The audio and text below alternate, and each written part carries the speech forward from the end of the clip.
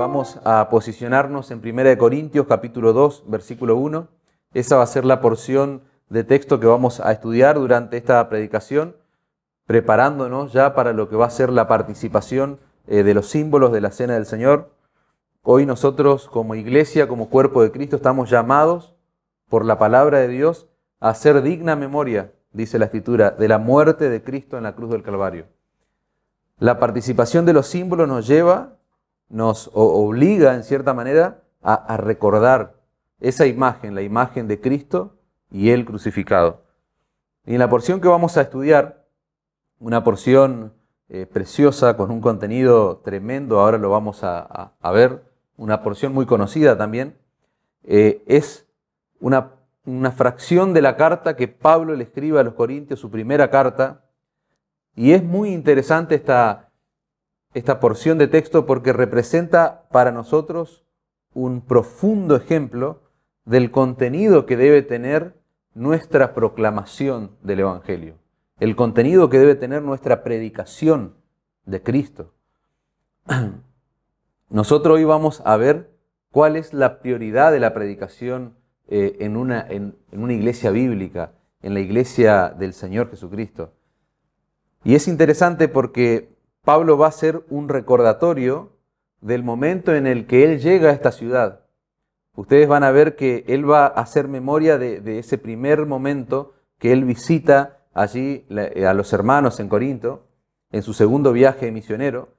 Corinto era una ciudad comercial, era una ciudad pujante, podríamos decir, era una ciudad muy rica, muy próspera.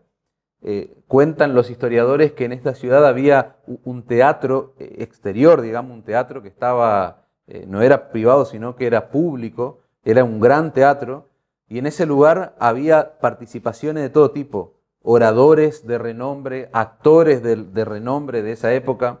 Era una ciudad donde estaban los oradores más conocidos. Los corintios estaban acostumbrados a tener a los mejores comunicadores. Y los mejores oradores y presentadores salían de esa ciudad, de Corinto. Y la pregunta que uno se hace cuando estudia el texto es ¿cómo hizo Pablo? ¿O cómo podía hacer Pablo para alcanzar a una ciudad con esas características? Con el antecedente que nosotros vimos, por ejemplo, en el libro de Hechos, cuando él llega a Atenas. Ustedes recordarán esa situación allí, la condición de esa ciudad, y ahora vamos a ver que Atenas estaba a un paso de Corinto, o sea que estamos frente a un escenario muy similar, y la pregunta es ¿cómo Pablo tenía que hacer para alcanzar a una ciudad tan sofisticada como era esta ciudad? ¿Será que él tenía que desarrollar alguna estrategia diferente de ministerio? Tal vez él, para llegar a la élite de esa sociedad, tenía que suavizar o cambiar o aún darle más, hacer un mensaje más sofisticado, podríamos decir, ya sea de palabra, de contenido, para que tenga mayor alcance para esa gente intelectual. Tal vez tenía que usar un lenguaje filosófico, porque era la cuna de la filosofía, ese lugar. O sea, todos estos planteos pueden surgir en nuestra mente cuando nosotros conocemos el contexto de la ciudad y lo vemos allí al apóstol Pablo, ¿no es cierto?, trabajando por el Evangelio en un lugar como esto. Pero fíjense que el texto que vamos a leer ahora, a continuación, responde todos estos planteos, todos estos cuestionamientos que pueden surgir en la mente humana. Y Pablo, en 1 Corintios capítulo 2, versículo 1, le dice a los corintios: así que, hermanos, cuando fui a vosotros para anunciarles el testimonio de Dios, no fui con excelencia de palabras o de sabiduría, pues me propuse no saber entre vosotros cosa alguna, sino a Jesucristo y a este crucificado. Y estuve entre vosotros con debilidad y mucho temor y temblor, y ni mi palabra ni mi predicación fue con palabras persuasivas de humana sabiduría, sino con demostración del Espíritu y de poder, para que vuestra fe no esté fundada en la sabiduría de los hombres, sino en el poder de Dios, la revelación por el Espíritu de Dios. Sin embargo, hablamos sabiduría entre los que han alcanzado madurez, y sabiduría no de este siglo, ni de los príncipes de este siglo que perecen. Mas hablamos sabiduría, dice el verso 7, de Dios en misterio, la sabiduría oculta, la cual Dios predestinó antes de los siglos para nuestra gloria. Versículo 8 dice, la que ninguno de los príncipes de este siglo conoció, porque si la hubieran conocido, nunca habrían crucificado al Señor de la gloria. Antes bien, como está escrito, cosas que ojo no vio, ni oído oyó, ni han subido en el corazón de hombre, son las que Dios ha preparado para los que le aman. Hasta ahí el texto de la palabra de Dios. Un precioso pasaje, hermanos. Profundo pasaje, con un contenido excepcional. Nosotros vemos que el apóstol Pablo claramente se limita exclusivamente a predicar a Jesucristo, dice, y a este crucificado. Eso fue lo que controló, eso fue lo que dirigió toda la predicación de Pablo en esta ciudad frente al contexto, frente a las condiciones que yo le mencionaba antes.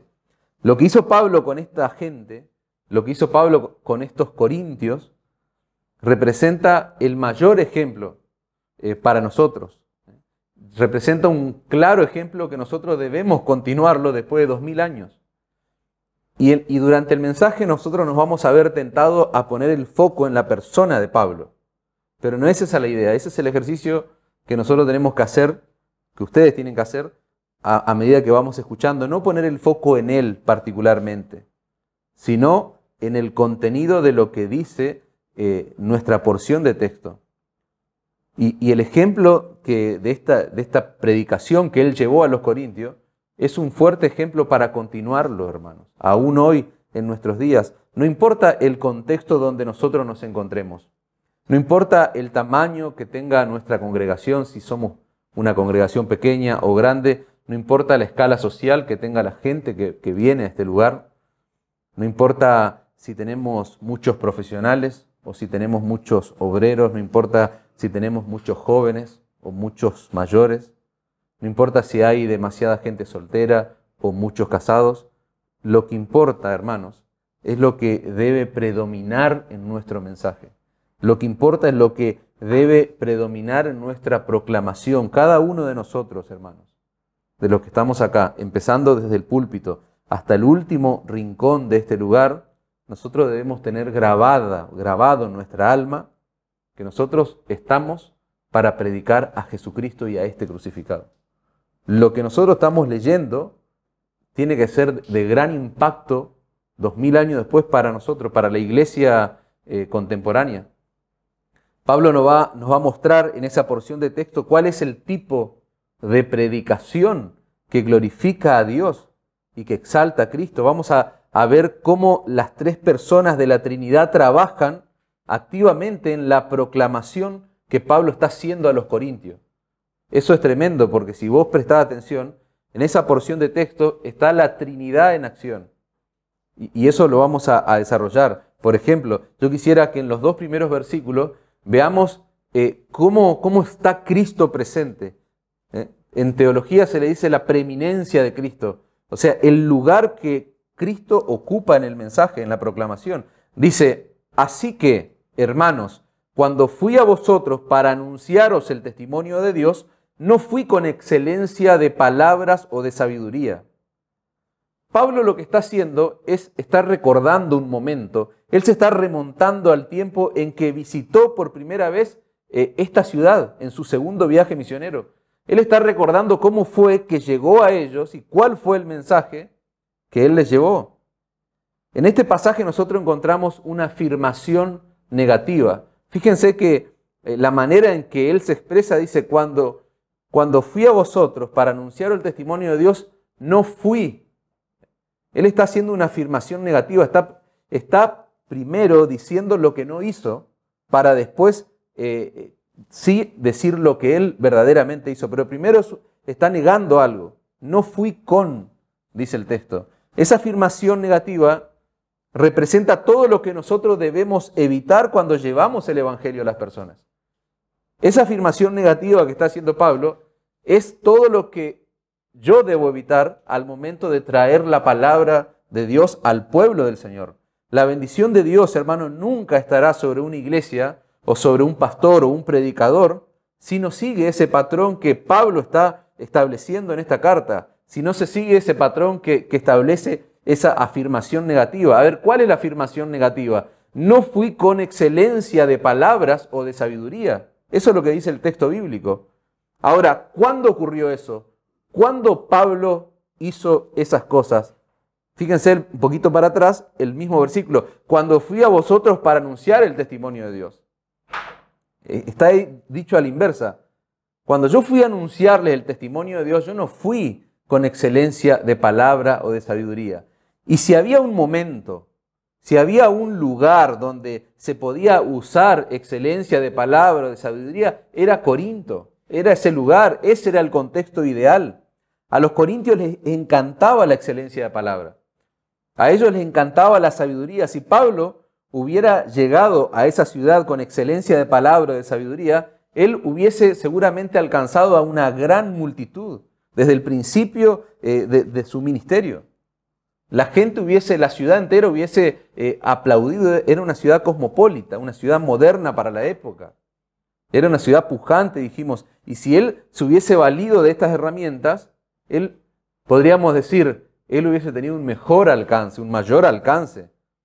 Los corintios amaban la elocuencia, hermano. Ellos amaban la sabiduría. Si alguien le hubiese preguntado a un ciudadano de Corinto, ¿qué es lo que ellos preferían ver en una iglesia? Con toda seguridad nosotros podemos decir que ellos hubiesen dicho excelencia de palabra, elocuencia, grandes oradores, sabiduría por sobre todas las cosas. Es lo que ellos hubiesen preferido ver en una iglesia.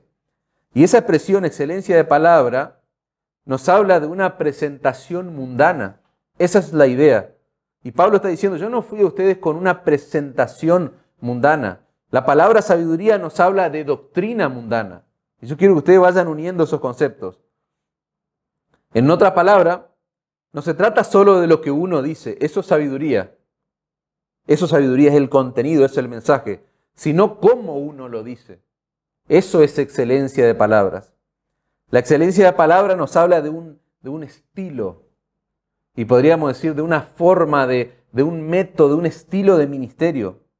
La sabiduría habla de la sustancia de ese ministerio, de la esencia del mensaje que ese ministerio comunica. Excelencia de palabra habla del método, o cómo uno habla, cómo uno presenta el mensaje. La sabiduría habla del mensaje en sí, de su contenido, de lo que uno dice. Y esa afirmación negativa de Pablo nos demuestra que Pablo jamás negoció el mensaje, hermanos. Jamás cambió el mensaje, mucho menos el método o la forma de presentarlo. No es que dejo fiel el mensaje y total puedo jugar con las formas. ¿No es cierto? Puedo jugar con la excelencia de palabra, con la manera en que yo presento el mensaje. No, Pablo está diciendo, no, ni una cosa ni la otra. Ni el mensaje, ni el contenido, ni la forma, ni el método es negociable. Eso no cambia, eso es inalterable.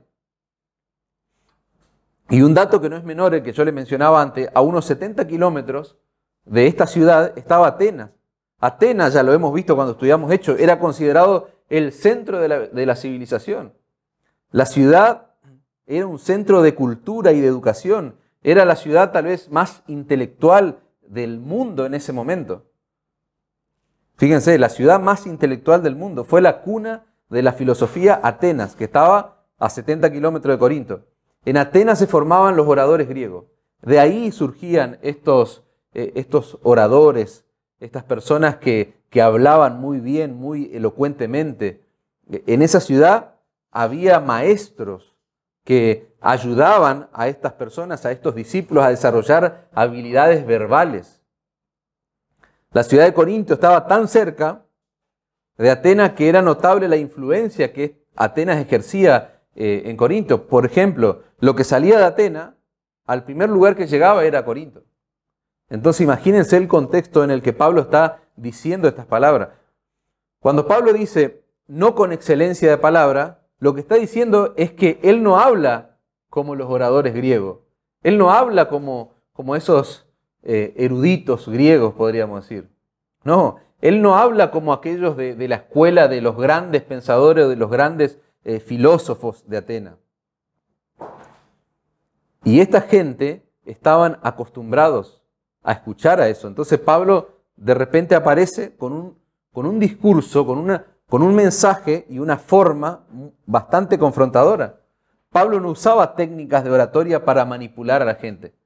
Tampoco usaba tonos o acentos vocales bien entrenados, porque estos oradores eran entrenados para modular la voz de una forma que pueda captar la atención de la gente, que pueda llegar a las emociones de las personas, que pueda llegar aún al intelecto de las personas. Y Pablo no fue con esa preparación. Él no fue con gesticulaciones, no fue con elocuencia. Estos oradores griegos desarrollaban también un tipo de drama. En las escuelas griegas ellos aprendían a dramatizar de tal forma que la gente quedaba encantada, quedaba hipnotizada al escucharlo. Tenían una retórica que era imposible de refutar. En cambio, Pablo dice, yo no soy así, yo no fui en esa forma. Pablo le está diciendo, yo no vine a ustedes y los adulé o traté de manipularlo a través de métodos persuasivos. No. Todo esto tiene que ver con la presentación, dijimos. Excelencia de palabra, métodos mundanos, dijimos antes. Pero fíjense también que él no fue con palabras de sabiduría. Y como dije antes, la idea de sabiduría es un mensaje mundano. Palabra de sabiduría nos habla del contenido, dijimos. Pablo está hablando de qué sabiduría, de la sabiduría de este mundo. Pablo está hablando de la sabiduría del hombre. Ellos hicieron del eje de su fe, de sus convicciones, de las soluciones para el mundo, la sabiduría humana. ¿Por qué? Porque en eso consiste la filosofía. Dijimos, estamos frente a la cuna de la filosofía, entonces Pablo está diciendo, no, yo no hablo sabiduría de este mundo, la sabiduría del hombre. Esa palabra sabiduría se refiere a las soluciones del hombre para los problemas conocidos por el hombre. Fíjense, repito, son las soluciones del hombre para los problemas conocidos por el hombre. La filosofía en el mundo antiguo era una manera de pensar. La filosofía era una cosmovisión humana. ¿Qué es lo que hacían los griegos con la filosofía? Intentaban responder todos los planteos, todas las preguntas existenciales del ser humano. ¿De dónde vine? ¿Quién soy?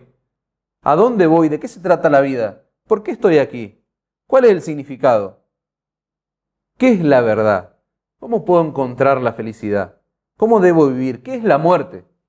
Eran todos los cuestionamientos que tienen los seres humanos y ellos buscaban responder a través de la filosofía, de dar respuesta a todas estas preguntas. ¿Qué es la muerte? ¿A dónde voy después de morir? ¿Qué sucede al morir? ¿Quién es Dios? Esos eran los planteos existenciales que respondía al tipo de sabiduría en el cual creían los corintios. Y todos esos cuestionamientos fueron hechos y respondidos por los filósofos más famosos del momento. No viene al caso nombrarlos ahora, Platón, Aristóteles, Sócrates. Y ellos instalaron una manera de pensar en el mundo, escuchen esto hermanos, donde el hombre es quien supuestamente puede solucionar los problemas del hombre.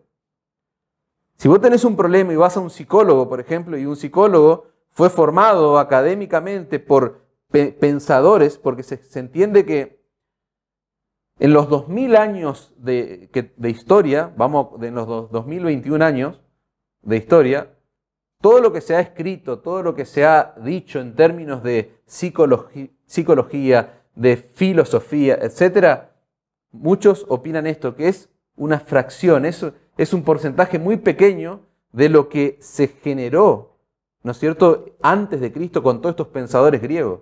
O sea que son simples hojas en relación a todo lo que se formó. O sea que imagínense la influencia que ejercieron en el mundo. Hoy estamos hablando, después de miles y miles de años después, estamos hablando de ellos. Entonces, vos vas a un psicólogo y ese psicólogo va a intentar resolver los problemas del hombre con sabiduría humana, solo por poner un ejemplo, ¿no es cierto? Y eso es lo que está confrontando. Eso es lo que se instaló en ese mundo y aún se traduce hasta nuestros días. Y en ese contexto Pablo dice, yo no vine a ustedes a dar respuesta de sabiduría humana a los problemas del hombre. En el capítulo anterior, en el capítulo 1, él deja claro lo que Dios piensa de la sabiduría humana. Dice capítulo 1, versículo 19 de 1 Corintios, pues está escrito, destruiré, dice Dios, la sabiduría de los sabios y desecharé el entendimiento de los entendidos. Fíjense que Pablo está citando Isaías 29, versículo 14, donde Dios claramente y de manera contundente dice, yo voy a destruir la sabiduría de los hombres, voy a destruir la sabiduría de los sabios. Luego Pablo hace una serie de preguntas retóricas interesantísimas. ¿Por qué? Porque él con esas preguntas va a cuestionar esta sabiduría de los hombres. Dice, el versículo 20, ¿dónde está el sabio? ¿Dónde está el escriba? ¿Dónde está el disputador de este siglo? ¿No ha enloquecido Dios la sabiduría del mundo? Está diciendo el verso 20. Pablo está diciendo que no hay un hombre que pueda compararse con el Dios Todopoderoso. Eso es lo que está diciendo en otras palabras. ¿Dónde está el que se considera sabio? ¿Quién puede enfrentarse a la sabiduría del Dios Todopoderoso? Todas las soluciones que pueda proponer la sabiduría humana, hermanos, están en bancarrota total.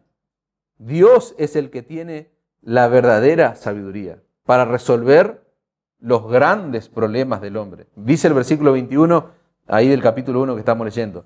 Pues ya que en la sabiduría de Dios, el mundo no conoció a Dios mediante la sabiduría. Escuchen esto. El mundo no conoció a Dios mediante la sabiduría. No sirve para nada la sabiduría humana. Porque si no me sirve para lo más crucial, para lo más importante, que es conocer a Dios, que es conocer a mi Creador. Pero fíjense, dice que a Dios le agradó salvar a los creyentes por la locura de la predicación. Y la pregunta es, ¿qué predicación? Versículo 22, porque los judíos piden señales, los griegos buscan sabiduría, y acá viene la respuesta, pero nosotros predicamos a Cristo crucificado. A Dios le agradó salvar, hermano, a los creyentes por la locura de la predicación que tiene como núcleo, como eje, Cristo y este crucificado. Los judíos, ciertamente para los judíos es tropezadero, para los gentiles eso es locura, mas para los llamados, así judíos como griegos, Cristo es poder de Dios. Cristo es poder de Dios y sabiduría de Dios. La sabiduría del hombre, hermanos, nunca lleva a Dios. La sabiduría humana aleja al hombre de Dios. La sabiduría del hombre es una afrenta. Escuchen bien esto. Es una afrenta, es una ofensa al Dios Todopoderoso. Eso es la sabiduría humana. Usar sabiduría humana en nuestra proclamación de la Escritura, usar sabiduría humana en la predicación del Evangelio es una necedad, es insulto a Dios, hermano. Y Pablo establece claramente en qué consiste la sabiduría de Dios. Pablo está confrontando la sabiduría humana que no sirve para nada en relación a la sabiduría de Dios. Y él dice, ¿en qué consiste? En salvar a los creyentes por la locura de la predicación. Una predicación que exalta nada más y nada menos que a Cristo crucificado. Esa es la sabiduría de Dios. En la cruz, nosotros íbamos a hacer memoria de la obra de Cristo. Allí fue desplegada, fue volcada, hermano, toda la sabiduría de Dios. Nosotros dijimos que en nuestro texto hay una afirmación negativa. Bueno, Pablo dice que él no vino a los Corintios con excelencia de palabra ni de sabiduría. ¿Por qué no hizo eso él? Porque él tenía que anunciar el testimonio de Dios. Dice el texto, él tenía que anunciar el testimonio de Dios. Nosotros vemos ahí en nuestro pasaje que no se puede tomar la excelencia de palabra y mezclarla con la predicación. O sea, esa mezcla, por lo que estamos aprendiendo, es imposible de lograr. No se puede tomar la sabiduría humana y mezclarla con el testimonio de Dios. Hacer eso es como cuando querés unir el agua y el aceite, es imposible mantenerlo unido. Dice Pablo, cuando fui a vosotros para anunciaros. Esa palabra, anunciaros, nos habla del método de Dios. Escuchen bien esto, nos habla del método de Dios. La manera en cómo Pablo presentó el testimonio de Dios. Y el testimonio de Dios habla del mensaje. Lo que él no quería alterar ni con excelencia de palabra ni con sabiduría. No, anunciaros el método, es el método. Testimonio de Dios es el mensaje de Dios. Pablo no hizo una presentación mundana frente a los corintios, hermano. Él no llevó doctrina mundana.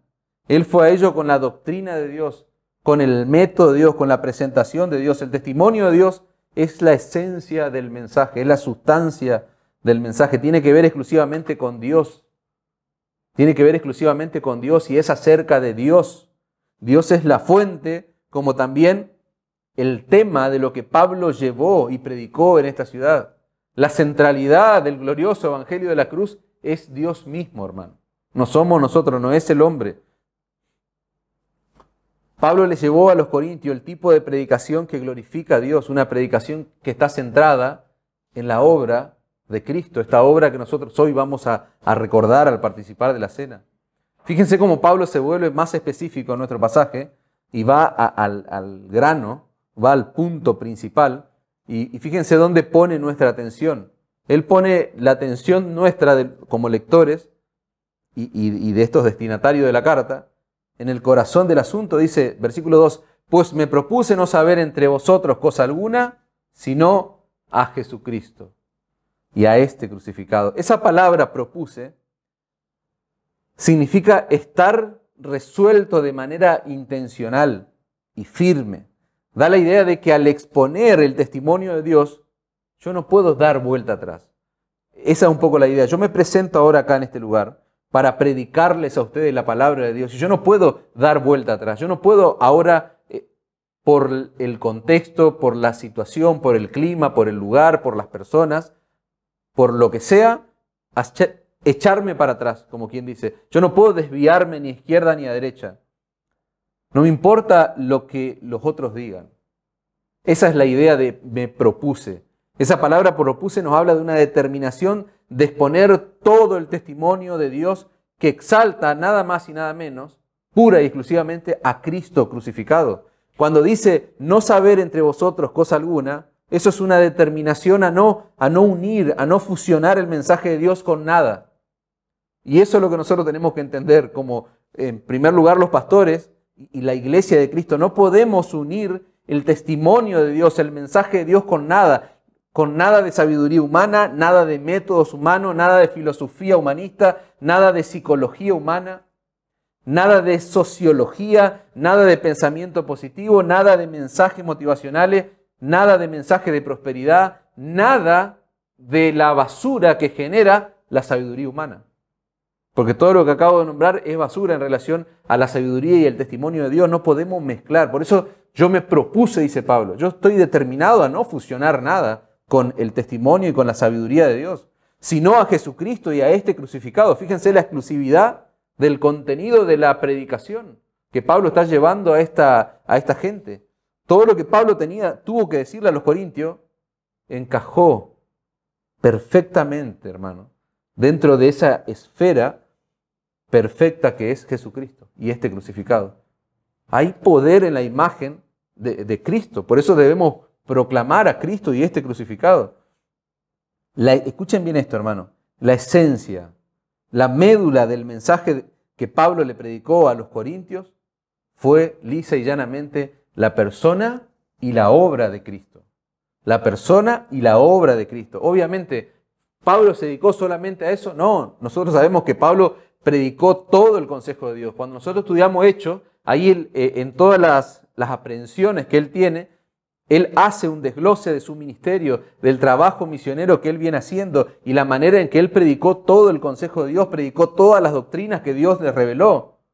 Pero todo ese conjunto de doctrinas, de verdades, de enseñanza que Pablo predicó durante su ministerio, se unen y se fusionan, hermano, en la supremacía, en la centralidad de este mensaje, Jesucristo y el crucificado. O sea, ¿predicó todo el consejo de Dios? Claro que sí, pero todo se limitaba a la persona de Cristo y su obra en la cruz. Dice un autor, la cúspide, el pináculo, el punto más alto de la predicación de la iglesia debe estar arraigado y cimentado en Jesucristo y su obra en la cruz a favor de pecadores.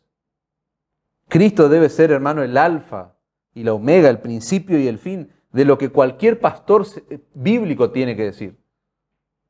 Eso es inalterable, hermano. Nosotros aspiramos a eso, vamos a eso, tenemos que trabajar para que eso siempre ocurra en nuestro púlpito, en nuestra iglesia.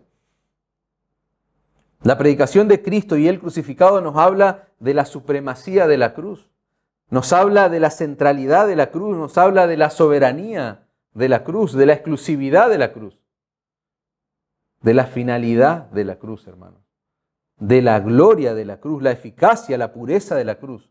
Nosotros estamos llamados a predicar la plenitud y el poder de la cruz.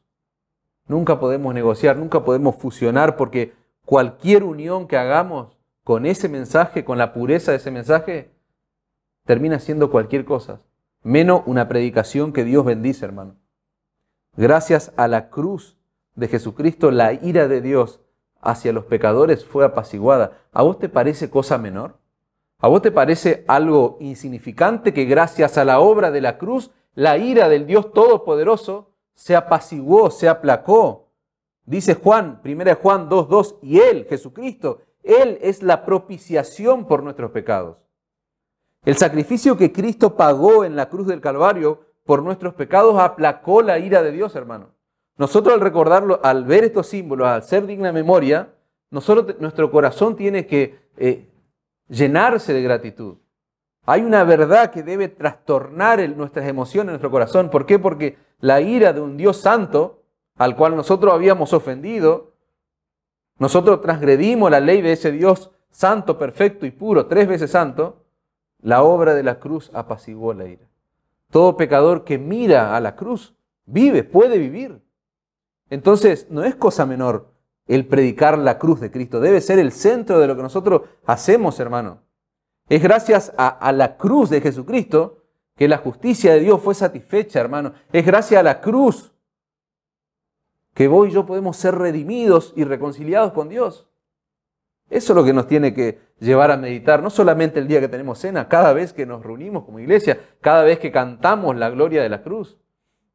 Hay un himno que no sé si lo cantamos, a mí me encantaba, me cautivó de muy chico, un himno viejo, pero creo que nunca lo cantamos acá, dice, en el monte Calvario. Esa es la cúspide de la predicación cristocéntrica, de la predicación bíblica. Dice este himno, lo leo rápidamente, en el monte Calvario estaba una cruz, dice, emblema de afrenta y dolor, mas yo amo, dice el autor de este himno, esa cruz donde murió mi Jesús por salvar al más vil pecador. Yo siempre amaré esa cruz, dice, en sus triunfos mi gloria será, y algún día en vez de una cruz mi corona Jesús me dará. Aunque el mundo desprecie, dice, la cruz de Jesús, para mí tiene suma atracción, dice. Pues en ella llevó el Cordero de Dios de mi alma la condenación. En la cruz de Jesús su sangre vertió, hermosura contemplo sin par, dice. Pues en ella triunfante a la muerte venció y mi ser puede santificar. Yo seré siempre fiel a la cruz de Jesús. Sus desprecios con él llevaré y algún día feliz con los santos en luz, para siempre su gloria veré. El mensaje de la cruz, hermano. 1 Corintios 1:18 dice, porque la palabra de la cruz, estoy leyendo el capítulo 1, ahí una hoja para atrás, la palabra de la cruz es locura para los que se pierden, pero a los que se salvan, esto es a nosotros, es poder de Dios, hermanos. Nosotros debemos proclamar el mensaje de la cruz porque ahí está el poder y la sabiduría de Dios. Para nosotros los que se salvan, lo que hoy vamos a recordar, la obra de Cristo a través de los símbolos, es poder de Dios, dice Pablo. La palabra de la cruz es locura, dice el texto. Es algo absurdo. La palabra de la cruz es algo absurdo, es algo sin sentido. Es una locura para la mente inconversa. No tiene sentido, es irracional, es un pensamiento ilógico para la mente no regenerada. Es necedad para aquellos que se pierden, dice Pablo. ¿Y saben cuál es el temor que todos nosotros debemos tener acá? Como iglesia. Y escuchen esto, hermano, una aplicación rápida. ¿Saben cuál es el temor que nosotros debemos tener como iglesia? Que nuestra predicación no llegue a ser locura para los oídos de los incrédulos. Cuando nuestra predicación deje de ser algo loco, algo irracional, algo absurdo para el oído no regenerado, preocupémonos, hermano. Nunca lleguemos a ese lugar. Muchos que escuchan esto que yo estoy diciendo se rasgarían, se rasgan las vestiduras, ¿no? Pero la realidad es que para el necio la palabra de la cruz es locura. Pero para aquellos que se salvan es poder de Dios. Y eso lo dice la Escritura, no lo digo yo, no lo estoy inventando. Y por eso digo, nuestro temor debe ser que nuestra predicación jamás deje de ser locura para el oído incrédulo. 1 Corintios 1:23 dice, pero nosotros predicamos a Cristo crucificado. Otra vez leo el mismo texto. Para los judíos ciertamente tropezadero, para los gentiles locura. No hay predicación cristocéntrica, hermanos, si dejamos afuera a Cristo crucificado. No hay predicación cristocéntrica si nosotros hacemos a un lado la cruz de Cristo. Nuestra predicación siempre debe estar dominada, hermanos, repito, por la supremacía, por la preeminencia, por el lugar que el Señor Jesucristo ocupa en la proclamación del mensaje. Nosotros proclamamos la cruz de Cristo no solo para los incrédulos, hermanos, no solo para los incrédulos, sino también para los santos de Dios, para los creyentes, para su santificación, para su glorificación. Para aquellos que se salvan es poder de Dios. Nosotros debemos proclamar la cruz de Cristo a los creyentes y por supuesto al perdido. La salvación es del Señor, cantábamos recién. Pero quiero dejar grabado eso en su mente, hermano. No solo a los incrédulos, sino también a los santos en Cristo, para su santificación, para su glorificación. Charles Spurgeon dice lo siguiente, escribió: los mejores sermones son aquellos que están llenos de Cristo. Un sermón sin Cristo es una cosa horrible, es algo terrible, es un pozo vacío, es una nube sin lluvia, es un árbol muerto arrancado por las raíces. Un sermón sin Cristo es una casa abominable. Es dar a los hombres piedra en lugar de pan. Si dejas a Cristo fuera, has dejado al sol fuera del día y la luna fuera de la noche. Has dejado las aguas fuera del mar, has dejado la cosecha fuera de tiempo. El alma fuera del cuerpo, has dejado el gozo fuera del cielo. Has robado todo del todo. No hay evangelio digno de pensar, hermano. Escuchen esto. Mucho menos digno de proclamarse si se deja fuera a Cristo. Él debe ser el alfa y el omega de nuestros sermones, dice Spurgeon. Cada vez que tomamos un texto debemos trazar una línea, una raya de regreso a la cruz. Y que Cristo sea todo y que el hombre no sea nada. Tremendo, eso es lo que debemos hacer. Eso es lo que debemos proclamar, así debemos predicar, hermano. Nuestra iglesia debe predicar de esa manera. Que Cristo sea todo y el hombre sea nada. Porque cuando el hombre es nada, mira la cruz. Mirad a mí todos los términos de la tierra, dice Isaías.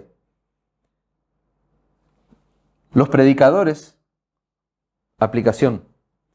Los predicadores y maestros que va a tener nuestra iglesia, hermanos, no los vamos a conseguir publicando un clasificado, como pasa en algunos lugares. Se necesita pastor, se necesita maestro. No es nuestro contexto, gracias a Dios. Pero los predicadores y maestros de nuestra iglesia no los vamos a conseguir de esa manera.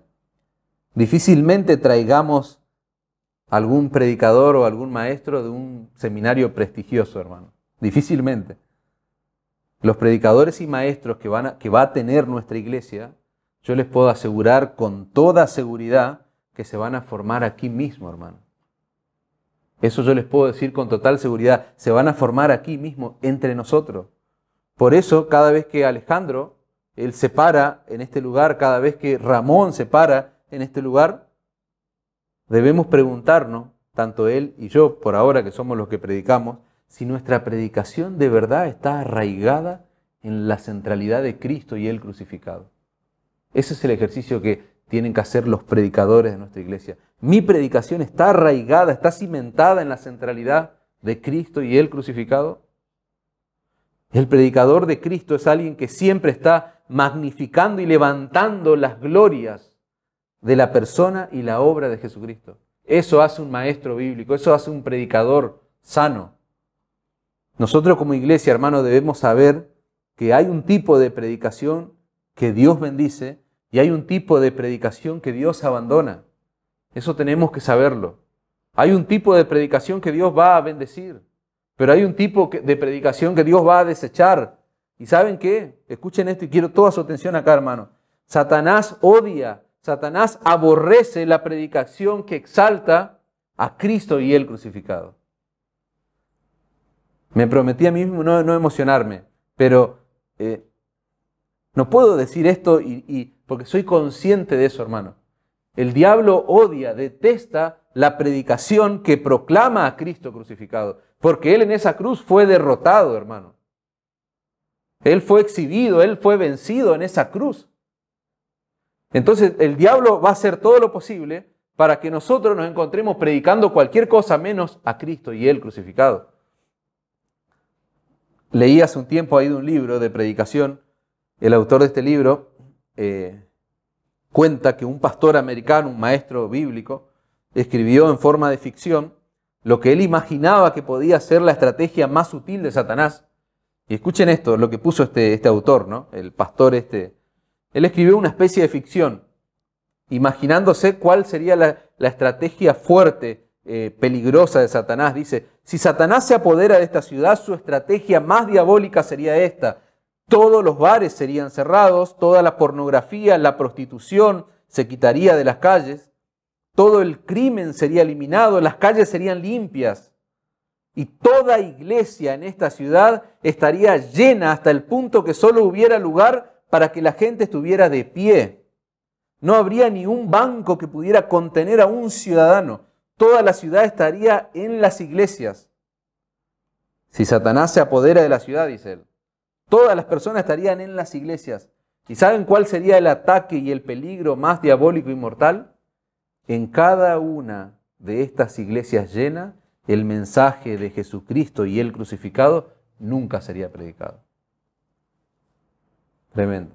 Él se imaginó, en forma de ficción, que si Satanás tuviera control total de una ciudad, haría esto, llenaría las iglesias, sacaría todo, con tal de que en las iglesias llenas se predique cualquier cosa menos a Cristo y el crucificado. Habría religión sin Cristo, habría moralidad sin Cristo, habría preocupación cultural sin Cristo, habría preocupación social pero sin Cristo, habría pensamiento positivo sin Cristo, habría cristianismo sin Cristo.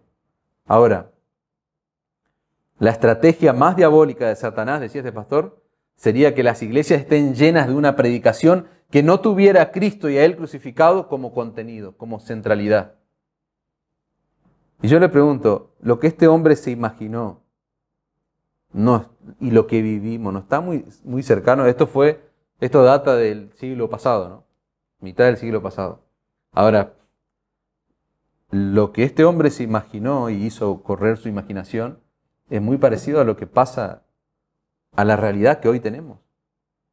Entonces, ¿se dan cuenta cuál es el tipo de predicación que nuestra iglesia debe proclamar? Fíjense cómo podemos ver el poder del Espíritu Santo en la predicación cristocéntrica. El versículo 3.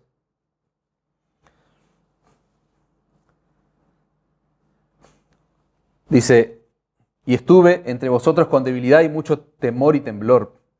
Los corintios, hermanos, estaban acostumbrados, como les dije antes, a otro tipo de oradores, no a oradores del tipo de Pablo. Ellos no estaban acostumbrados a un hombre que tiemble. Ellos no estaban acostumbrados a un hombre débil. Esa no era la actitud de los griegos. Esa no era la actitud de los oradores griegos, hermanos, cuando se ponían de pie frente a sus audiencias. Esa no era la forma en que los grandes expertos de la retórica hipnotizaban a su audiencia, a sus oyentes. Pero ¿saben qué? Pablo está diciendo, cuando estuve entre vosotros, yo estuve con debilidad, temor y temblor. Él está reconociendo que él se encontraba en debilidad cuando fue a ellos. Pablo vino a Corinto, hermano, después de haber sido golpeado y encarcelado en Filipo. Nosotros lo sabemos porque estudiamos el libro de Hechos. ¿Cuándo fue a esa ciudad? Después que él fue golpeado, encarcelado, después de haber sido expulsado de Tesalónica, de Berea, después de haber sido objeto de burla en Atenas. ¿Se acuerdan que se burlaban de Pablo? Se burlaban de su mensaje. Y Pablo cuando llega a ellos, cuando yo fui a ustedes, le dice, yo estaba débil. Eso era verdad. Él estaba débil físicamente.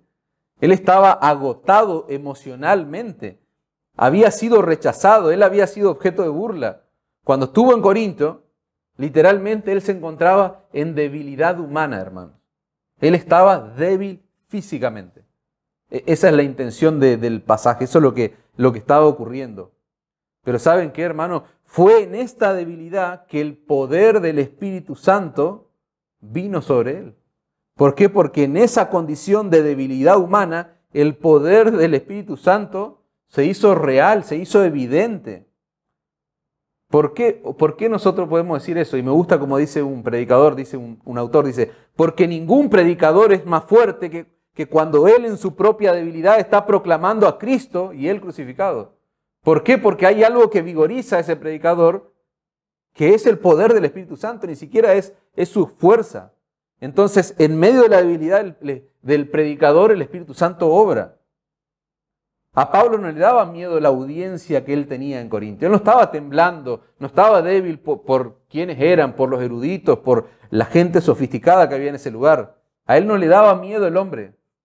Pablo no tenía temor de ser débil intelectualmente hablando, porque nosotros sabemos lo que él dice: no me avergüenzo del Evangelio porque es poder de Dios para salvación. Él no tenía temor porque se consideraba débil intelectualmente. La debilidad y el temor y temblor de Pablo se debía a que él entendía la seriedad de su misión, hermano. Él entendía la seriedad de su responsabilidad. Él entendió que estaba predicando a almas en necesidad de salvación, almas que estaban pereciendo. Esa era la condición de la gente que estaba allí en ese lugar. Esa debilidad, ese temor y ese temblor es una de las marcas de un hombre, de un predicador que teme a Dios. Esa debilidad, repito, ese temor y ese temblor. Algunos historiadores cuentan, la historia habla en algún aspecto muy bien de Lutero y dice que Martín Lutero podía enfrentar el peligro que significaban sus enemigos. Él, a raíz de lo que hizo allí en la iglesia de Roma, se ganó muchos enemigos y muchos cuentan que él podía enfrentarlos con determinación, no tenía miedo. Pero él no podía subir la escalera, hermano, escuchen, del púlpito sin que las piernas le tiemblen, sin que las rodillas le tiemblen. Eso dice la historia. Charles Spurgeon dijo: la predicación es algo solemne, no es algo que se debe tomar a la ligera. Es un trabajo terrible de asumir, porque hay un temor santo que debe cautivar el alma y el corazón de todo predicador, hermano. Y Pablo estaba cautivado, Pablo estaba asombrado. Pablo tenía temor por el tamaño de su misión, de su ministerio, hermano. Pablo entendía que él iba a responder a Dios por su predicación en aquel día. Él entendía que un día iba a estar en el tribunal de Cristo y iba a ser probado por fuego, como dice la palabra. Pablo entendía muy bien lo que dice Santiago capítulo 3, hermanos. Capítulo 3, versículo 1. Hermanos míos, no os hagáis maestros muchos de vosotros, sabiendo que recibiremos mayor condenación. Eso cautivó la mente de Pablo. Él sabía esas cosas. No lo escribió él, pero él claramente sabía, lo vemos en su vida. Nuestro texto continúa diciendo, el verso 4, ni mi palabra, ni mi mensaje, dice la Biblia de las Américas, ni mi predicación, da la idea de lo que dije antes, estilo de comunicación. O sea, ni mi mensaje, ni mi predicación fue con palabras persuasivas de humana sabiduría, sino con demostración del Espíritu y de poder. Recuerden que estamos viendo cómo el Espíritu Santo está vigorizando, está llenando de poder a Pablo y su predicación. Pablo está hablando de su doctrina y de su presentación. Nada de eso se vio manchado con palabras persuasivas de humana sabiduría.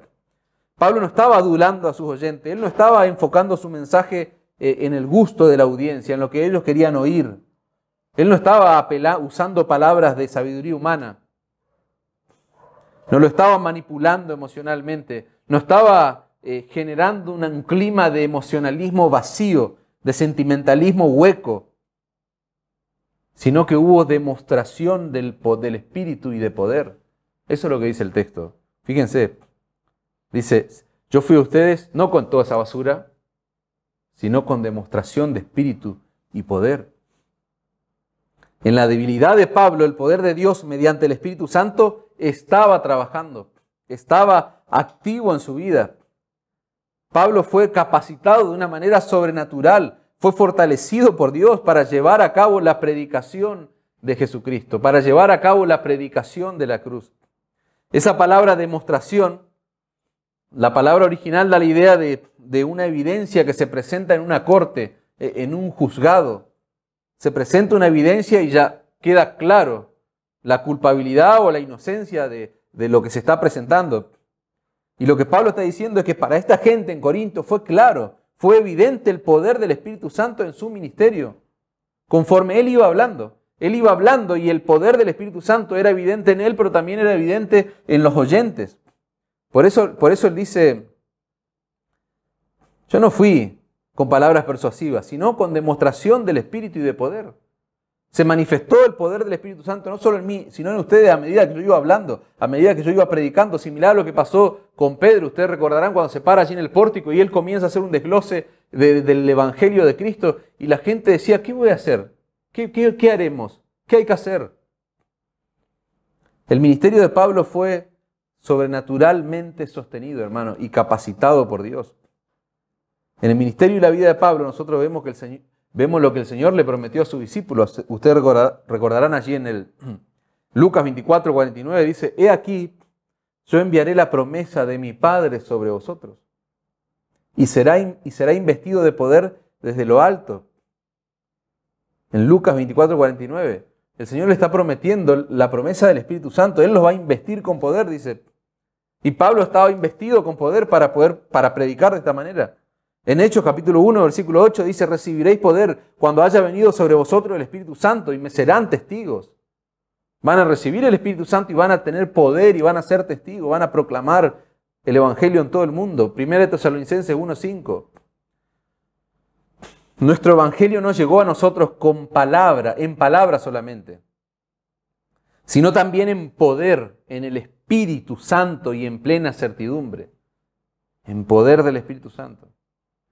¿Por qué Pablo fue a ello con demostración del Espíritu y de poder, dice el texto? La pregunta es, ¿por qué fue a ello? ¿Por qué no usó las técnicas esas humanas, la sabiduría humana? Fíjense lo que dice el versículo 5. Para que vuestra fe no esté fundada en la sabiduría de los hombres, sino en el poder de Dios. Se requería una predicación vigorizada por el Espíritu Santo, por el poder del Espíritu Santo, para que la fe de esa gente no esté fundada en cualquier cosa, sino solamente en el poder de Dios. Ahí en ese versículo encontramos otra afirmación negativa, para que vuestra fe no esté fundada. Si Pablo hubiese sido como los oradores griegos, la fe de esos corintios hubiese estado fundada en la sabiduría humana, que es una ofensa, dijimos, a Dios, es una afrenta a Dios. Y si la fe de ellos está fundada en sabiduría humana, esa gente hubiese sido falsos convertidos. Esa gente hubiesen sido discípulos ilegítimos, falsos discípulos de Cristo. Esa gente hubiesen sido religiosos, pero estarían muertos. Si Pablo no iba con demostración de poder, del Espíritu y de poder. La fe de esa gente iba a estar basada en cualquier cosa. Y eso, cualquier cosa, sabemos que es un caos. Entonces se dan cuenta lo importante que es recobrar la predicación cristocéntrica, que de pronto esta iglesia sea reconocida por predicar a Cristo y Él crucificado. Fíjense, Pablo no hizo eso, no fundó la fe de estos hermanos en cualquier cosa, sino en el poder del Espíritu. La fe de esta gente estaba cimentada en el poder de Dios. ¿Y saben de qué está hablando en el poder de Dios? En el genuino evangelio de la cruz de Cristo. El Espíritu Santo estaba vigorizando a Pablo para que la fe de estas personas esté fundamentada en el evangelio de la cruz de Cristo. Ahí está el poder de Dios. Se los leo rápidamente, hermano, algo que me encantó, me gustó mucho, porque habla del pastor, del predicador y de los oyentes. Hay un pastor del siglo pasado, Martin Lloyd-Jones, tiene un libro, El predicador, la predicación y el predicador, y él escribió acerca del poder del Espíritu Santo en la predicación, y me encantó porque tiene que ver con lo que estamos estudiando nosotros. Fíjense lo que dice este autor, dice, si no hay poder, no es predicación. La verdadera predicación, después de todo, es Dios actuando. Esa es la verdadera predicación. No es solo un hombre diciendo palabras. Es Dios usando a ese hombre. Él está bajo la influencia del Espíritu Santo. Es Dios dando poder y capacitando a través del Espíritu Santo al predicador para que este simple hombre lleve a cabo su trabajo y Dios sea exaltado. El predicador es usado por el Espíritu Santo y se convierte en el canal mediante el cual el Espíritu lleva a cabo su obra. Es el Espíritu Santo el que le da al predicador claridad de pensamiento, claridad de palabras. Es el Espíritu Santo que le da autoridad y confianza conforme está predicando y una conciencia de un poder que no es suyo, dice él. El predicador bíblico es un hombre poseído, es tomado de manera total por el Espíritu Santo, experimenta un sentimiento de que no es él quien está predicando, sino Cristo. Él sabe que no se trata de su esfuerzo. Él solo es un instrumento, es un canal, es un vehículo que el Espíritu Santo está usando. Tremendo. ¿Y qué dijo este hombre de los que están escuchando a un predicador bíblico? Porque hay personas, hay oídos que están escuchando a un predicador bíblico. Bueno, ¿qué dijo este hombre? Dice, esa gente, ellos lo perciben. Ellos saben que Dios está hablando. Ellos están cautivados, son convencidos, son conmovidos, son humillados. Algunos son convencidos de pecado, otros son elevados al cielo. Ellos saben que algo fuera de lo normal está sucediendo. Y como resultado ellos comienzan a deleitarse en las cosas de Dios y quieren más y más y más palabra de Dios. ¡Wow! Eso es lo que pasa, hermano. Y eso es lo que debe pasar en medio nuestro. Y oremos para que tanto el que predica como los que oyen, esto sea una realidad, hermano. Más y más. Nosotros necesitamos, hermano, el predicador y el creyente que está exponiendo su vida a la predicación de la Escritura necesita el poder del Espíritu Santo en acción. Nosotros necesitamos que el Espíritu Santo fortalezca nuestra predicación. Nosotros necesitamos que el Espíritu Santo nos dé pasión, que alimente ese fuego, ese deseo de escuchar la predicación cristocéntrica, la predicación que tiene a Cristo como eje principal. En la predicación que exalta a Cristo, el Espíritu de Dios está administrando la vida del que está predicando. El hombre que está predicando tiembla, está temeroso, pero también hay una demostración de poder en las personas que están oyendo, porque el Espíritu Santo está aplicando al corazón, el Espíritu Santo está hablando a la mente, el Espíritu Santo está transformando, está usando el poder de la palabra para penetrar hasta lo más profundo de la persona, para que su ser sea conmovido de tal forma que esa persona no quiera otra cosa más que vivir por Cristo y su Evangelio. Para ir cerrando el pasaje, hermano, estamos ahí en el versículo 6. Vimos el lugar prioritario que ocupó Cristo en la predicación de Pablo. Vimos que Pablo fue vigorizado por el poder del Espíritu Santo. Ahora veamos rápidamente el lugar que ocupa el plan de salvación, el plan predeterminado de Dios en esa predicación que Pablo está llevando a los corintios. Este pasaje, hermano, este texto, nos demuestra que la predicación de Cristo y Él crucificado en el poder del Espíritu Santo es el propósito eterno de Dios. Escuchen esto, repito. Nosotros estamos estudiando un pasaje que tiene que ver con el mensaje que Pablo llevó a los corintios. Y ese pasaje nos enseña que la predicación de Cristo y Él crucificado en el poder del Espíritu Santo, ese es el propósito eterno de Dios. ¿Por qué? Porque el verso 6 dice, sin embargo, hablamos sabiduría entre los que han alcanzado madurez, y sabiduría no de este siglo, ni de los príncipes de este siglo que perecen. Ese texto te tiene que destruir la cabeza, hermano. Y ahora vamos a sacar las bombas, a ver que tienen que destruir nuestra cabeza. Pablo dice, hablamos sabiduría. Y eso es una especie de aclaración de que cuando se predica a Cristo crucificado, estamos hablando sabiduría. Cuando se predica a Cristo crucificado, estamos proclamando sabiduría, pero no sabiduría de este mundo. Ese es el punto. ¿Por qué debemos proclamar a Cristo? Porque proclamar a Cristo es un mensaje lleno de sabiduría de Dios, no de este mundo. Cuando proclamamos a Cristo crucificado, estamos hablando de una sabiduría que viene desde arriba, que se nos ha dado por Dios y no de otra forma. Y esa sabiduría se encuentra solamente en el Evangelio que tiene como centralidad a Cristo crucificado, hermano. Fíjense entre quiénes se habla sabiduría. Fíjense lo que dice el texto. Entre los que han alcanzado madurez. Dice, hablamos sabiduría entre los que han alcanzado madurez, y sabiduría no de este siglo, ni de los príncipes de este siglo que perecen.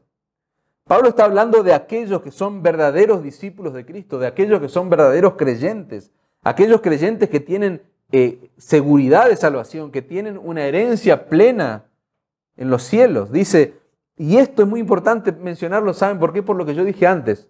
Yo antes fui enfático en un punto, hermano. Pablo le está hablando del Evangelio, no solo a aquellos que están sin Cristo, sino que también está hablando el Evangelio a aquellos que son maduros, a aquellos que han alcanzado sabiduría. Por eso le digo, es tremendo esto. Eso nos habla del poder de la santificación en la predicación de la cruz. ¿Por qué hay que predicarle a los creyentes de la cruz? ¿Para que sean salvos? No, ya han sido salvos, pero ellos necesitan ser santificados. Hay santificación en la predicación de la cruz. ¿Por qué hay que predicarle al inconverso la predicación de la cruz? Para que sea salvo, para que se arrepienta, para que vaya a Cristo en fe. Repito, eso nos habla del poder de la santificación en la predicación de la cruz y la garantía que tenemos los creyentes de la glorificación en la predicación de la cruz. Yo cuando escucho que predican el Evangelio, yo no quiero que acaben, hermanos, ¿no te pasa eso? Y de repente, porque el Evangelio tenemos que predicarlo todos los días. Yo cuando escucho la predicación del Evangelio, el Señor está taladrando ahí mi corazón. Está taladrando, me está mostrando lo miserable que soy. Y cuánto todavía yo necesito ir a la fuente de gracia, a la fuente de perdón. El Evangelio no es solo para los perdidos, hermanos, es para los convertidos a Cristo. Pablo también aclara que su predicación no tiene nada que ver con este siglo, fíjense en el mismo versículo, ni de los príncipes de este siglo, dice Pablo, no tiene nada que ver con la cultura, es lo que está diciendo Pablo, no tiene nada que ver con la sociedad griega, no tiene nada que ver su mensaje con la inteligencia de este mundo, porque todo eso es basura, en pocas palabras. Tarde o temprano todo eso va a perecer, dice Pablo. Versículo 7, mas hablamos sabiduría de Dios en misterio, la sabiduría oculta, la cual Dios predestinó antes de los siglos para nuestra gloria. ¿Predicamos o no predicamos sabiduría? Cuando proclamamos a Cristo y este crucificado, claro que sí. Sabiduría de Dios en misterio, dice. La sabiduría oculta, la cual Dios predestinó de los siglos para nuestra gloria. La sabiduría de Dios, hermanos, claramente es opuesta a la sabiduría del hombre. Ya creo que quedó claro eso. Pero yo quiero hacer ahí un cuadro comparativo. La sabiduría de Dios es eterna, hermano. La sabiduría del hombre perece, es terrenal. La sabiduría de Dios es divina, la sabiduría del hombre es demoníaca. La sabiduría del hombre es demoníaca, hermano. La sabiduría de Dios es pura, la sabiduría del hombre es impura. La sabiduría de Dios está centrada en la cruz. La sabiduría del hombre está centrada en el hombre y en la cultura. Cuando vos escuches un evangelio centrado en el hombre, huida y tapate los oídos, es algo demoníaco.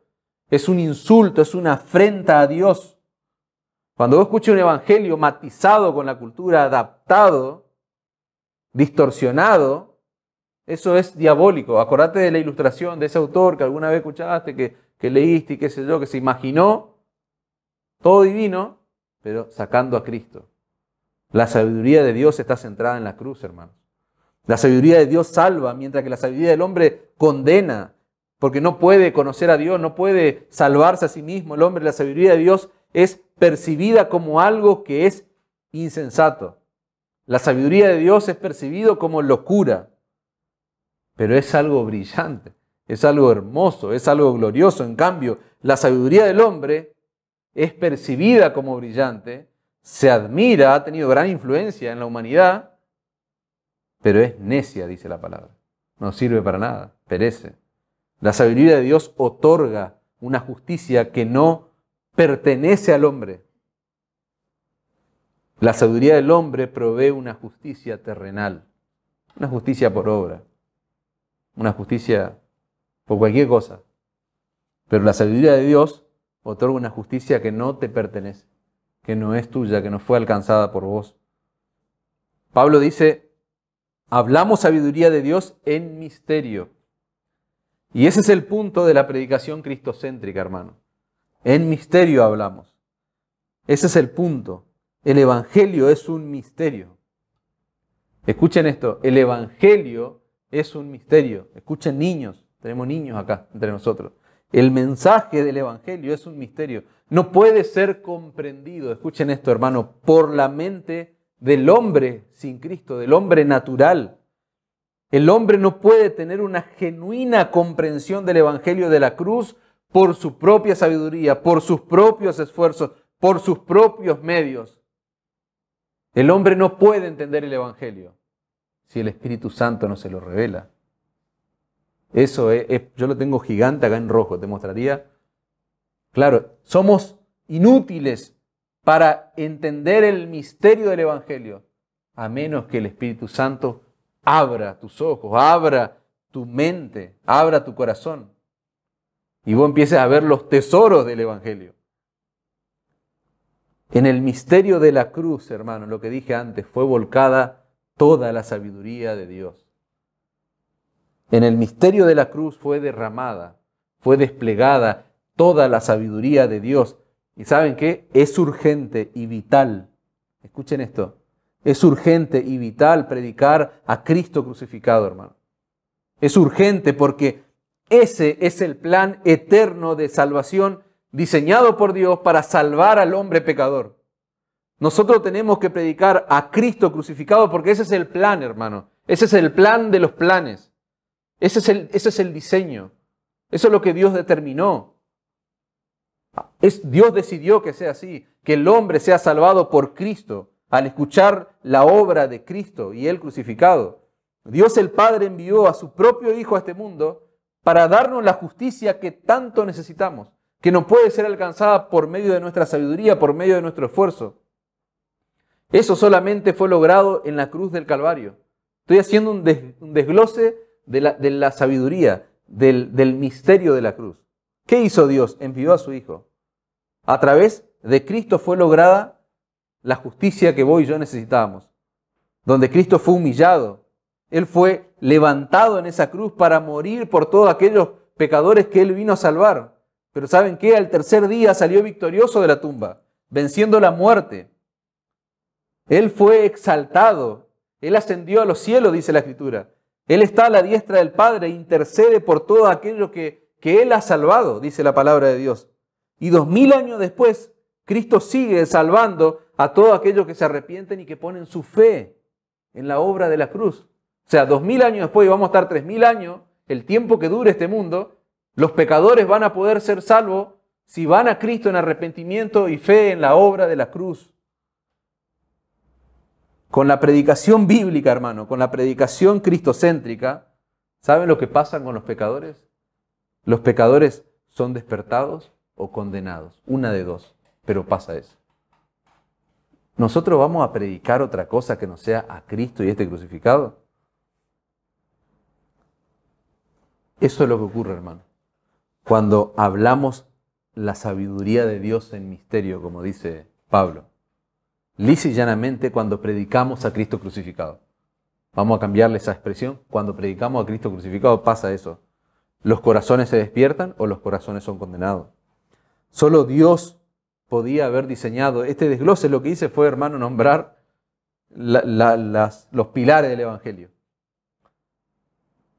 Ese diseño, ese plan, solo podía haber sido elaborado por Dios, hermano.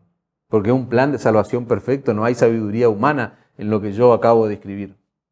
Nosotros no estamos llamados a predicar un mensaje contemporáneo que está de moda. Nosotros no estamos llamados a predicar la novedad del momento, nuevas revelaciones.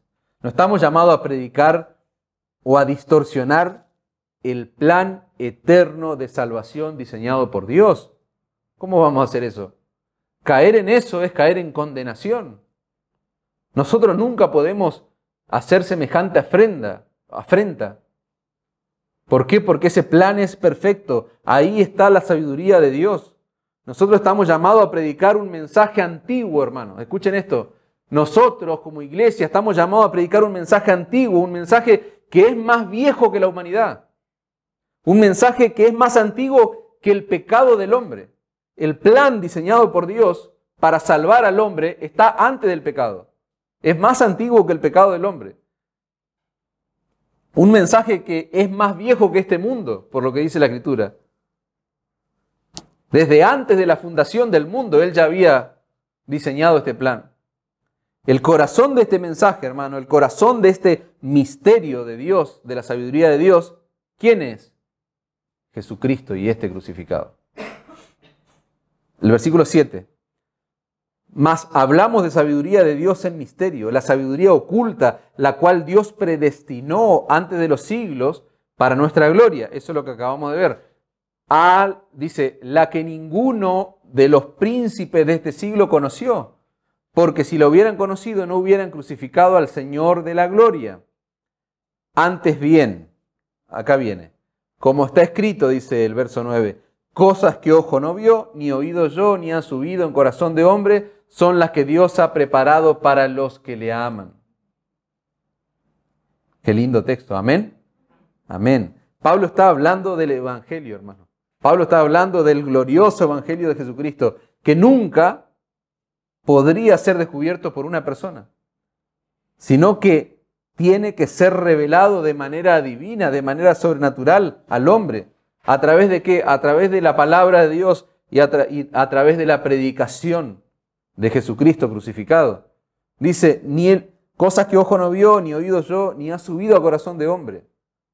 Son las que Dios ha preparado para los que le aman. Se usa mucho en los funerales eso.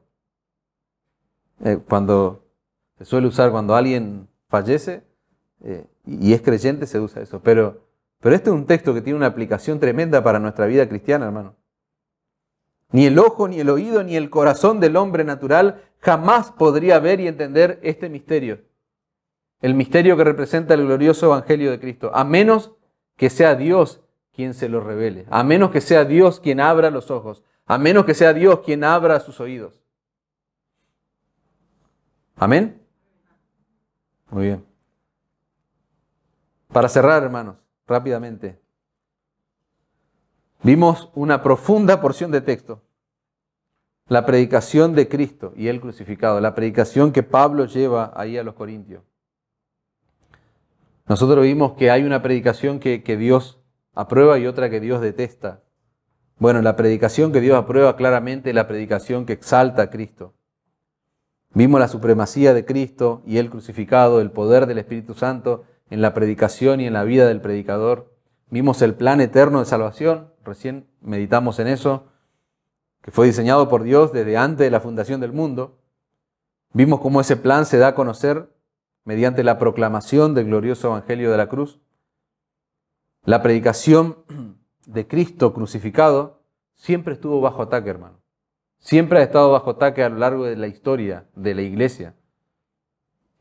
Por eso nosotros debemos, esto es una consideración final, por eso nosotros debemos trabajar seriamente, ardientemente, arduamente, en ese tipo de predicación que Dios bendice. Ese mensaje que está arraigado, que está cimentado en predicar la persona y la obra de Cristo. Tenemos que predicar todo el consejo de Dios. De hecho, estamos viendo doctrina, estamos viendo temas en nuestra carta que estamos estudiando expositivamente, claro que sí. Pero todo tiene que tener, como decía Spurgeon, una línea, una raya que nos lleve a la cruz de Cristo. Dice un autor, predicamos todas las doctrinas de la Biblia. Predicamos toda la verdad que es revelada en las Escrituras. Pero todo eso se sostiene sobre un gran cimiento, me encanta como lo expresa, dice, sobre un gran cimiento que está en una montaña que es el Calvario. Es el Gólgota. Y sobre el Calvario estaba la cruz de Jesucristo. Y debemos siempre estar predicando a Cristo y el crucificado. Mientras estemos aquí en la tierra, hermano, otra aplicación ya final. El corazón de nuestro mensaje debe ser el corazón del mensaje que Pablo predicó allí, en Corintio. Una iglesia que no predica la centralidad de Cristo es como un río sin agua, puse yo acá, pero podés ponerle la ilustración que vos quieras. ¿De qué sirve un río sin agua? ¿Sirve de algo? Vos ves un pozo grande tal vez ahí, pero si no tenés agua no sos río. Si no tenés a Cristo y a Él crucificado como eje de tu predicación, no sos una iglesia. Debemos predicar a Cristo clavado en una cruz. Debemos predicarlo exaltado en ese madero, en esa cruz de juicio. Debemos predicarlo a Cristo llevando nuestros pecados en su cuerpo y llevando nuestras iniquidades muy lejos. Él derramó su sangre a favor de pecadores. Y hoy vamos a recordar eso. Ese tiene que ser el palpitar de Iglesia Vida Nueva Sunchales. Si somos conocidos, hermano, escuchen bien esto, si somos conocidos por alguna cosa, que seamos conocidos por predicar a Cristo y el crucificado. ¿Están de acuerdo con eso? Yo les quiero hacer una pregunta final. ¿Ustedes saben por qué estamos en la tierra todavía? Ustedes saben, con todo lo que vimos, es una pregunta que tal vez tiene su respuesta, ¿no? Con todo lo que acabamos de escuchar, pero ¿ustedes saben por qué estamos todavía en la tierra? ¿Por qué estamos vivos todavía? ¿Ustedes saben por qué ustedes están respirando, tienen aire en sus pulmones? ¿Saben por qué tienen sangre en sus venas? ¿Saben para qué? Es para que proclamemos, como dice Pablo, con temor y temblor, aún en nuestras debilidades, a Cristo y a Él crucificado. Esa es la noticia gloriosa que este mundo en tinieblas necesita oír. Cristo y Él crucificado. Amén.